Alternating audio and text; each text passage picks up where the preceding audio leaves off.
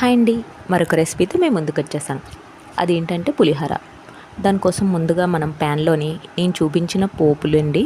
అవి ఏంటంటే ఎండుమిరపకాయలు, పచ్చిమిరపకాయలు, పోపులు, జీలకర్ర, పచ్చెనపప్పు వేసుకొని బాగా ఫ్రై చేసుకోవాలి. కొంచెం మినపప్పు, ఇవన్నీ బాగా ఫ్రై చేసుకోవాలండి. ఇవన్నీ బాగా ఫ్రై అయిన తర్వాత కొన్ని పల్లీలను కూడా వేసుకోవాలి. కొన్ని పల్లీలను వేసుకొని ఈ పల్లీలు, ఈ పోపులు బాగా ఫ్రై అయినంత వరకు కలుపుకోవాలి. ఇవంతా బాగా ఫ్రై అయిన తర్వాత కొంచెం కరివేపాకు వేసుకోవాలి. కరివేపాకు వేసుకున్న తర్వాత అల్లం తురిమండి, నేను తురిమేసి వేసుకున్నాను. చిన్న చిన్న ముక్కలుగా దాన్ని కట్ చేసుకోవచ్చు, లేదా తురుముకున్న బాగుంటుంది, తురుముకుంటే బాగుంటుంది. ఆ తర్వాత అల్లం తురుము వేసుకొని బాగా కలుపుకోవాలి. ఇదంతా బాగా ఫ్రై అయిన తర్వాత కొంచెం ఇంగువ యాడ్ చేసుకోవాలండి.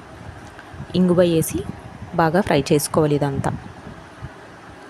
ఇదంతా బాగా ఫ్రై అయిన తర్వాత దీన్ని ఒక ప్లేట్లోకి తీసుకోవాలండి. ఆల్రెడీ మనం రైస్ వండుకుంటాం కదండి, ఆ అన్నాన్ని కూడా ఒక ప్లేట్లోకి తీసుకొని ఆ రైస్లోని ఈ ఫ్రై చేసుకున్న పోపునంతా వేసుకోవాలి.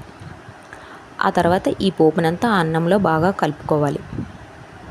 బాగా కలిపిన తర్వాత మనం ఫ్రై చేసుకున్న అదే ప్యాన్లోని చింతపండు గుజ్జండి, నేను కొంచెం నిమ్మకాయ సైజ్ అంత చింతపండు, రెండు నిమ్మకాయల సైజ్ అంత చింతపండు రసాన్ని పిండుకున్నాను.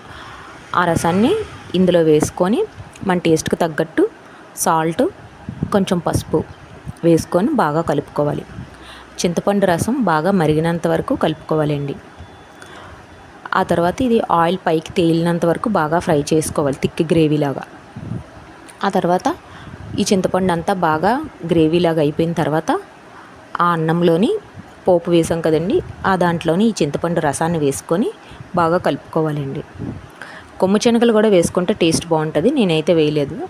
కొమ్ము శనగలు కూడా వేసుకోవచ్చు. ఆ తర్వాత ఈ చింతపండు రసాన్ని అందులో వేసేసి బాగా కలుపుకుంటే అంతేనండి, ఎంతో టేస్టీ అయినా పులిహోర రెడీ. ఒకసారి ఇలా ట్రై చేసి చూడండి. నా వీడియో కనుక నచ్చితే please like and subscribe, share. Okay friends, thank you, bye.